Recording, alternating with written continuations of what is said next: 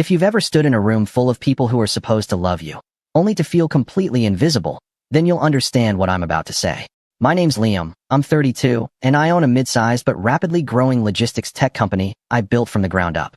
You wouldn't know that, though, if you met my parents, because to them, I'm practically background noise. I'm the quiet one, the dependable one, that doesn't need much attention one. And trust me, in my family, that means you don't get any at all. Growing up, it was always about my older brother, Jake. He's 2 years ahead of me, louder, flashier, and frankly, way better at playing the favorite son role. He was the golden child, the kind who got applause for showing up. He once brought home a B- on a science test and got pizza night. I brought home a full-ride scholarship letter and was told to just leave it on the table. I used to think maybe I just wasn't loud enough, or maybe I didn't shine in the right way. But as I got older, I realized the truth was simpler and more painful. They'd already decided who mattered. I tried not to let it get to me. I focused on building my life, keeping my head down, and working harder than anyone else I knew. I didn't have time for bitterness. I was busy coding in my tiny apartment, taking consulting gigs, and slowly turning my freelance hustle into a company that now employs close to 60 people. No investors, no loans, just grit. I don't flash it around. I don't drive anything flashy, and I definitely don't show up to family dinners talking about IPOs and profit margins. But the silence from my parents? That still stung more than I'd like to admit. The real story started 6 months ago, at a family gathering for my dad's birthday. I'd flown in from across the state because I knew it meant something to him, even if I suspected he'd barely register I was there. We were at this Italian place they love, nothing fancy, just a noisy little spot my mom insists has the best lasagna this side of the freeway. Everyone was gathered around the long table, passing garlic bread and telling half-funny stories about Jake's high school football days like they were ancient legends. I was sitting at the far end, sipping water and listening, smiling when appropriate, offering the occasional, "That's wild," when prompted. Then my mom tapped her glass with a spoon. "Everyone, I just want to take a second to say how proud we are of Jake," she said, her eyes glistening. "He's really doing so well for himself. Vice president of regional sales at that big firm. Just look at our only successful child." There was laughter, a few claps, a dramatic here from Aunt Marcy. And me? I was sitting right there, fork halfway to my mouth. I didn't say a word. I glanced around to see if anyone had caught that.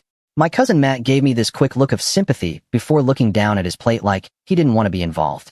My uncle kept chewing. Jake just smiled like he'd been knighted by the queen. And my parents?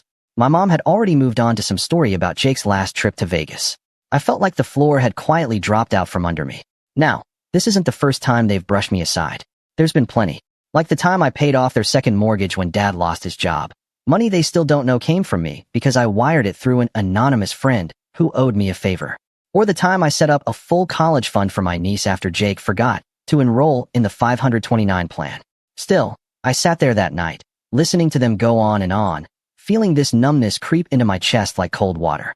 I realized, in that moment, I could show up in a tuxedo made of gold and they'd still ask where Jake was. So I smiled. I didn't make a scene. I didn't say, "Actually, I just closed a contract with one of the top 3 shipping carriers in the country." I didn't mention that I employ more people than Jake's company does. I didn't say anything. I just stood up, walked over to my mom, kissed her on the cheek, and said, "Happy birthday, Dad. I'll see you around." Then I left. Quiet. Clean. No one followed me out. For a while, I tried to shake it off. Went back home, poured myself into work. The company was scaling up fast, so I had no time to dwell. But that moment, that sentence, "our only successful child," started to echo. Not just because it was cruel, but because it was so easy for them to say. So thoughtless. Like I'd never mattered in the first place. Then came the twist. About 3 months later, I got a call from Jake. It was late, around 10:45 p.m., and I was still at the office, finalizing some integration notes for a new partner platform. I almost didn't pick up, but something about his name flashing on my screen made me pause. "Hey," I said. There was a long silence. Then Jake's voice, quieter than I'd ever heard it. "Hey, Liam. You got a second?" I leaned back in my chair. "Yeah. What's up?" And then he told me everything. The company he worked for had gone through a brutal restructuring. His entire department had been downsized. He was offered a severance, but the market was tough. He'd been out of work for weeks. Interviews weren't landing. His mortgage was stacking up. His wife was panicking. And then he said something that truly shocked me. "I was wondering if you were hiring." There it was. The golden child, calling me, the invisible brother, for help. I didn't say yes immediately. I told him I'd think about it, that I need to talk to HR. And technically I did. But the truth is, something had already shifted in my mind. I wasn't angry. Not exactly. But I was done being the background character in someone else's story. So I started planning. Not revenge in the classic movie sense. No explosions, no yelling matches, no family-wide drama. I didn't want to humiliate him. I just wanted to remind everyone who I was and what I'd built. What happened next? Well, let's just say it was subtle, quiet, and incredibly satisfying. When I hung up that night after Jake's call, I sat in the dark for a long time. I didn't feel triumphant. I didn't feel smug or satisfied. If anything, I felt hollow. This was my brother. The same one who once held my head underwater in the pool a second too long because he thought it was funny. The one who told everyone at school I had a crush on my math teacher when we were teens. The same guy who, year after year, watched our parents diminish me and never once said, "Hey, maybe give Liam a little credit." Now he needed me. Not for advice. Not to catch up. For a job. I could have said no. Honestly, I probably should have. But something in me clicked. I didn't want to reject him. I wanted to do something better, something sharper. Something that would make them all see me, without me ever having to raise my voice. 2 days later, I called him back. "I've got a spot," I said, flipping through some internal listings we had for warehouse support and operations floater roles. Entry level. Not glamorous. But it's a paycheck. You in? There was a beat of hesitation on the other end. What kind of position?" "Janitorial assistant," I said evenly. "Helping the facilities team. Cleaning, maintenance, some stockroom organizing. It's steady work." Silence again. "Look, Jake," I added calmly. "You're overqualified. I get it. But I can't just create a VP role out of thin air. If you need something, this is what I've got right now. I'm not going to BS you." There was a long pause before he said, "Yeah, okay. Thanks, man. I'll take it." I kept my tone friendly. I even told him HR would walk him through everything. But inside, something cold and still had taken root. I didn't put Jake in that job to humiliate him. I put him there because for once in my life, I wanted to control the narrative. No handouts. No shortcuts. Just the reality of who we really were when nobody else was watching. He started the following Monday. I didn't tell anyone at the company that he was my brother. I didn't need to. HR placed him on a rotating schedule between our two buildings, mostly doing basic cleaning tasks and stocking break rooms. It wasn't demeaning. We pay fairly. He had benefits.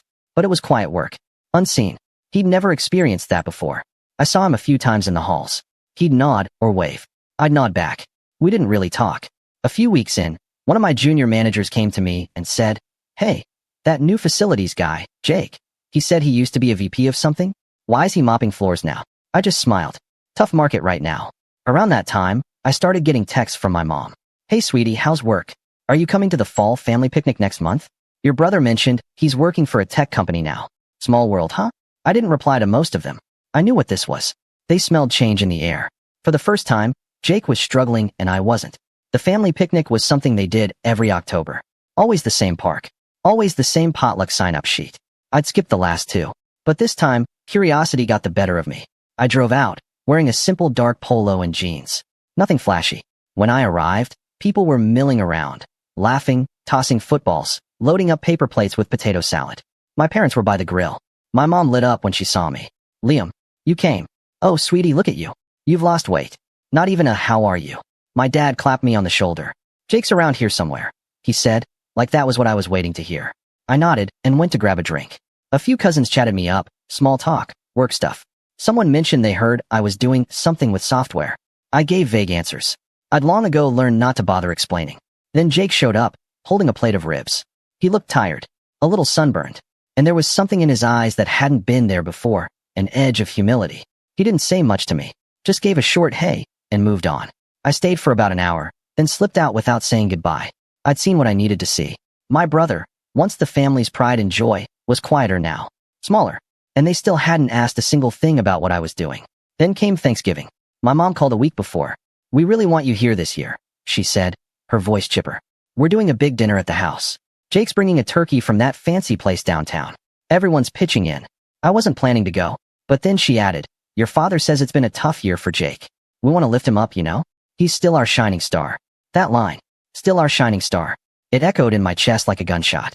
I said I'd be there. I showed up on time, with a bottle of wine and a polite smile. The house was warm and full of noise. My nieces ran around in socks. My aunts chatted in the kitchen. Jake was carving the turkey like a game show host. Dinner was loud and cheerful. I didn't say much, just listened. Then, halfway through dessert, my dad stood up with his glass. "I just want to say," he began, "how proud we are of this family. Especially Jake. He's had a rough patch, sure, but he's working hard again. Back in the game. That's what matters." Mom nodded. "He never gives up." My uncle chimed in. Resilient, that's what he is. And then my dad, bless him, said it again. Our only successful child. There it was. Again. I sat there, holding my fork, frozen. I wasn't angry. I wasn't shocked. I was just done. Jake shifted awkwardly in his seat, eyes flicking toward me for the briefest second before looking away. I didn't speak. Not then. I finished my pie, helped clear a few plates. Then I hugged my mom goodbye and drove home in silence. A week later, Jake asked if he could meet for lunch. We sat at a quiet diner near my office. He looked tired again. Older. A little embarrassed. Hey, he started. So, I just wanted to say thanks. For the job. I know it's not glamorous. But it's helping. I'm grateful. I nodded. He glanced out the window. I'm not used to this. You know? Being the guy people forget. It's weird. I didn't say anything. Then he added, they don't ask me how I'm really doing. They just assume I'm fine. I looked him in the eye. Yeah, I know the feeling. He flinched a little, then smiled sadly. Guess you've known it longer than me. There was a pause between us. Years of silence, bruises, swallowed pride, all sitting at that table. I paid the bill. He went back to the office. I watched him cross the street, his shoulders hunched against the cold. And that night, I started planning the Christmas dinner. Not because I wanted revenge, because I wanted closure. But before that could happen, something else cracked the surface. Something that changed the entire trajectory. It was the following Monday when I got a call from our building supervisor. Hey Liam, he said. You might want to see this. He sent over a security video. There was Jake, in the executive hallway, scrubbing the floor outside the bathrooms. A few junior employees walked by, laughing. One of them, someone we'd just hired, nudged his friend and said, bet the VP gig didn't teach him this, huh? Jake stood up fast. Too fast. He slipped, knocking over the mop bucket. Water everywhere. And the look on his face? Rage. Humiliation. And worst of all, fear. I paused the video. Replayed it. Sat with it. He hadn't told me anything. Hadn't complained. Hadn't asked for reassignment. But that video, that was the moment I realized he wasn't just learning humility. He was unraveling. I didn't know it then, but what happened next, what he did next, would be the real breaking point. The betrayal that made everything clear. And it was coming faster than I ever expected. The betrayal came on a Wednesday morning, wrapped in the kind of sterile corporate drama I thought I was immune to by now. I walked into the office early, as usual, coffee in hand, mind already racing with notes for the upcoming investor call. I passed by the front desk, nodded at Jenna, our receptionist, and made my way toward the elevators when I noticed something strange. A tight huddle of people, 3 or 4 mid-level employees, whispering with furrowed brows and hushed tones. When they saw me, they scattered. I stepped into the elevator, hit the top floor button, and exhaled. I knew something was off. 10 minutes later, Ryan, my second in command, knocked on my office door. Got a minute? I nodded. He walked in and closed the door behind him. That's when I knew it was serious. You might want to see this, he said, holding out his phone. I took it. It was a screenshot from Slack, one of our internal channels. Someone had leaked sensitive internal documents. Pricing tiers, client acquisition strategy, even part of our upcoming automation roadmap. All anonymously posted on a startup gossip forum. It wasn't a major breach, but it was enough to raise eyebrows with some of our clients. Then came the kicker. The person who downloaded the files. Jake. He'd used his janitor access card to swipe into the executive hallway late at night, then plugged into one of the workstations. The IT log showed everything. I sat there, staring at the screen, while Ryan explained the rest. I had security pull footage. It's definitely him. I haven't said anything yet. Figured you'd want to handle it directly. My ears rang. My chest felt hollow. For a second, I couldn't breathe. Jake, my brother, had stolen from me. And not just data. Trust. After everything I'd done to pull him up off the floor without fanfare or humiliation, he turned around and stabbed me in the back like it was nothing. I thanked Ryan, asked him to keep it quiet for now, and sat in my office until well past noon. At some point, I opened my drawer and pulled out an old photo of us. Jake and me, maybe 8 and 10 years old, standing in front of a broken sprinkler with soaked clothes and matching grins. Back when things were simple. Before the hierarchy. Before the family dinners that felt like board meetings. Before favoritism became policy. That night, I didn't go home. I stayed in the office, lights dimmed, replaying everything over and over. His smug face at Thanksgiving. That first phone call when he said, I was wondering if you were hiring. The way he avoided my eyes at the picnic. And now this. I was humiliated. Not because the leak had hurt the company. It hadn't, not deeply. We'd caught it early, locked everything down, and informed legal. But because I had let him in. I had bent over backwards to offer him dignity when he'd never offered me an ounce of it in our entire lives. I was done. That weekend, I packed a small duffel, drove 3 hours north, and checked into a quiet cabin with no internet. I left my phone in the glove box and took long walks by the lake. I didn't talk to anyone. I needed to figure out what came next, not just with Jake, but with everything. It was there, watching the sunrise spill gold over still water, that I realized something. I'd been playing their game. My entire life, I'd let my parents' words weigh more than they should. I'd worked like a ghost in the shadows, hoping that maybe one day they'd notice. That one day, I'd finally earn their love. But the truth? I had already outgrown the need for it. I didn't want their praise anymore. I wanted peace. The next week, I returned to the office and made changes. Quiet ones. I promoted Ryan to COO, giving him more decision-making power so I could step back a little. I started working 4 days a week instead of 6. I booked a 2-week trip to Portugal with no itinerary, just a passport and a journal. And I moved Jake. Not fired. Not humiliated. I transferred him to a quiet satellite office we owned 2 towns over. Part of a maintenance team with no access to the central systems. No chance to hurt the company again. He was technically still employed, but the message was clear. We were done. He called once, the day he got the transfer notice. I let it go to voicemail. His voice was strained. I messed up, he said. I didn't mean to. I was just desperate. I thought maybe if I could prove something to someone. I don't know. I'm sorry, Liam. I didn't call back. I didn't need to. Because for the first time in my life, I wasn't trying to fix things. I was rebuilding myself. I spent more time with people who actually saw me. Old college friends, colleagues, the guy who ran the used bookstore I used to go to in my 20s. I reconnected with a girl I dated briefly years ago. Her name was Erica. She had kind eyes and a no-nonsense laugh. And she didn't care that I ran a company. She liked that I listened. We started going on walks, cooking together. Nothing serious. Just quiet. Grounding. At the same time, my company was thriving. Ryan was killing it. We landed 2 new contracts. Our internal culture was tighter than ever, and our net promoter score was through the roof. And still, my parents said nothing. No calls. No apologies. Christmas came. I didn't go. I spent it with Erica instead, making French toast and watching movies on the couch. Around New Year's, I got a card from my mom in the mail. Just a card. No call. No note. Just a stock message about wishing you peace and prosperity. I stared at it for a full minute, then dropped it in the trash. And that's when I knew.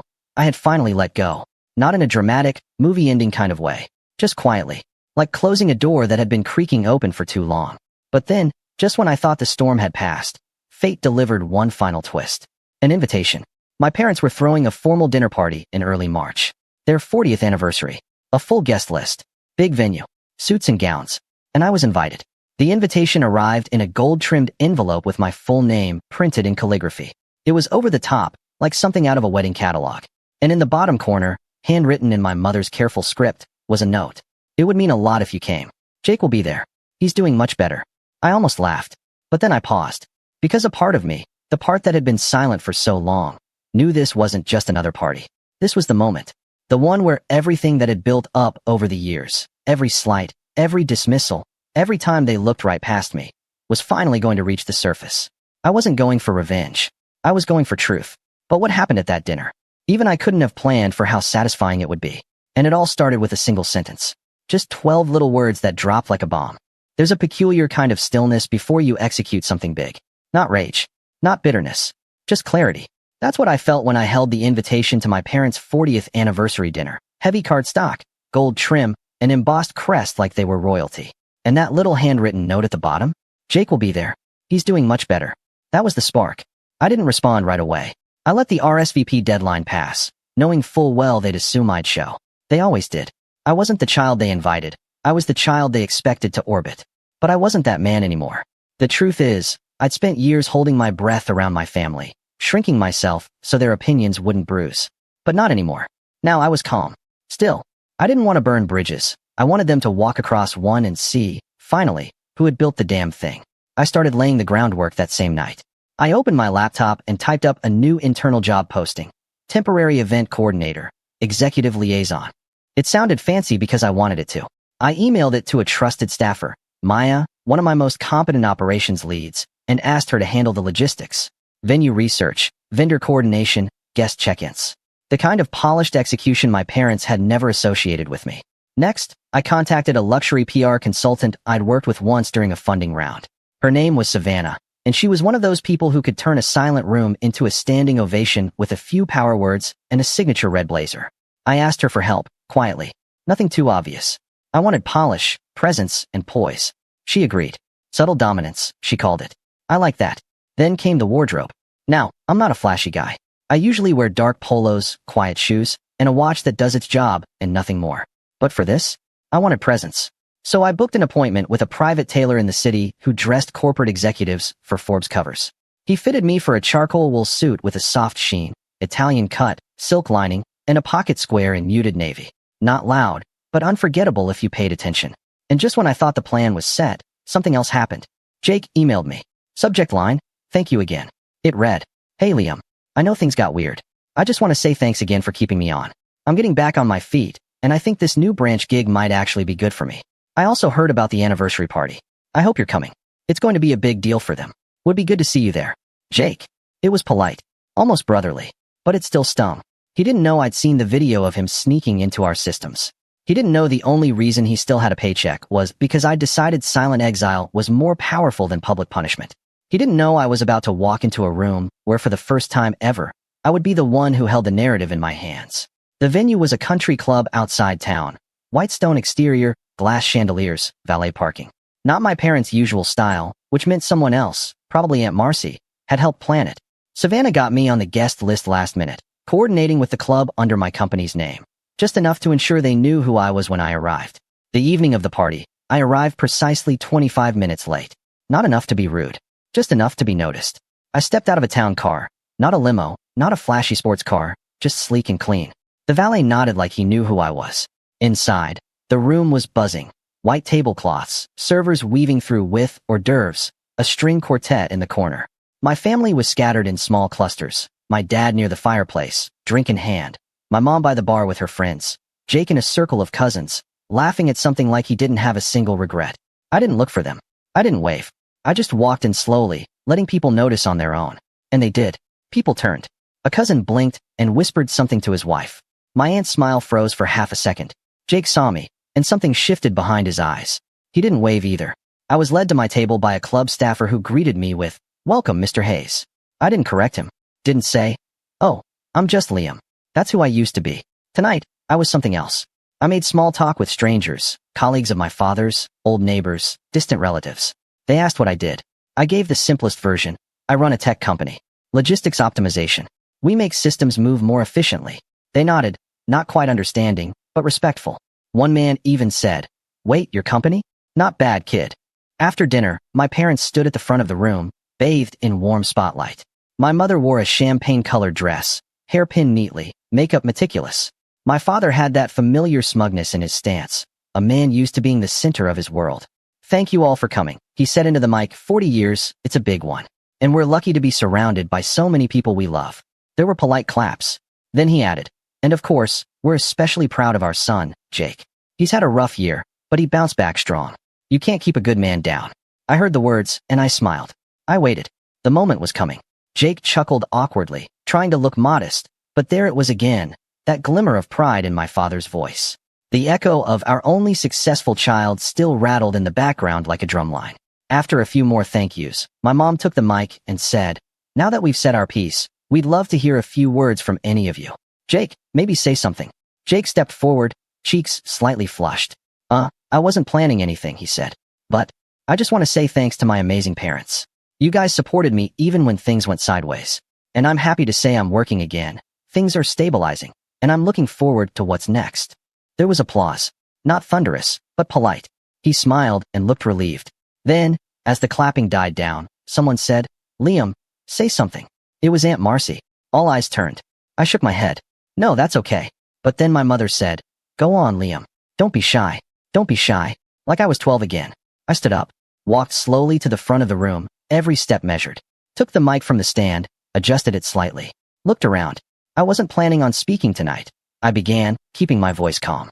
But since we're all here, family, friends, old neighbors, I'll say this. I paused. My father raised a glass, already smirking. I remember, not too long ago, sitting at a table kind of like this one. Same faces, same energy. And I heard someone say, "We're proud of our only successful child." The room stiffened. Jake's smile vanished. My mother's eyes darted. I was sitting right there, I continued, but it was like I didn't exist. And that's okay, because sometimes, invisibility is fuel. I met my father's eyes. I used that fuel to build something. Not for praise. Not for recognition. Just because I knew I could. I turned to the audience. So if any of you are sitting here tonight, feeling overlooked, dismissed, or invisible. Just know this. That silence. That underestimation. It's leverage. I smiled. Then came the final line. And speaking of leverage, Dad, how's Jake enjoying cleaning the executive bathrooms? A pin could have dropped. The room froze. My mother's hand went to her mouth. Jake stood up slowly, eyes wide. My father looked like someone had slapped him. I handed the mic back to the MC, nodded once, and walked off stage. I didn't look back. The silence after I dropped the mic was almost louder than the string quartet trying to fill the tension. Forks paused halfway to mouths. Wine glasses were set down with trembling hands. And Jake just stood there, frozen between fury and shame. He wasn't used to being on the other end of the punchline. I didn't stay to gloat. I walked straight past him, my father, and every open mouth in the room, collected my coat, and left. Not a dramatic exit. Just clean. Final. Like closing a deal that's long overdue. That was the moment everything flipped. But the real revenge? That unfolded in the weeks that followed. Slow, deliberate, and without a single raised voice. 3 days after the party, I got a call from my mom. Liam, she said, trying to keep her voice light.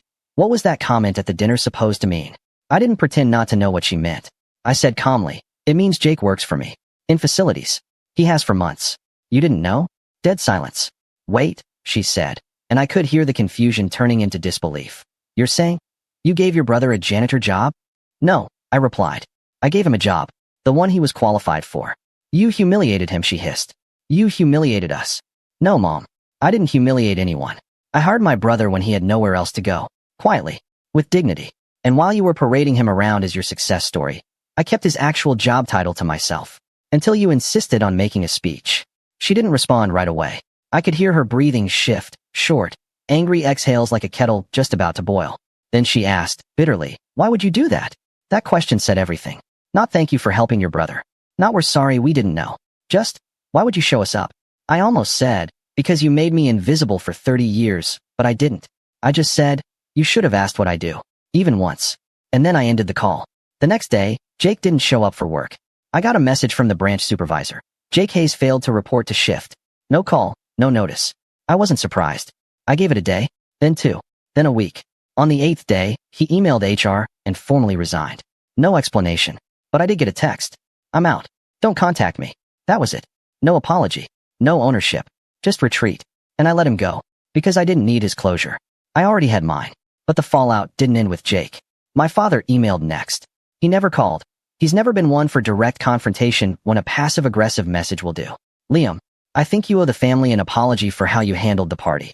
That was neither the time nor place for such a statement, and you embarrassed your brother in front of people who respect him. If you want to have a private conversation, I'm willing. But that behavior was out of line. Dad. I stared at the email for a while. Then I wrote one back. Dad, I don't owe anyone an apology. I told the truth. If Jake had been honest about where he worked and what he did, I wouldn't have had to say a word. But he let you prop him up on a pedestal built from fiction, and I stood there quietly, as always, until you handed me the mic. You've spent my entire life pretending I wasn't there. That ends now. Liam. I never got a reply. A month passed. Then 2. My mother tried again, once, sending a group text to the family, asking if we'd like to do a spring barbecue. No one responded. At least, I didn't. Instead, I focused on the company. On Erica. On myself. We were scaling faster than I'd anticipated.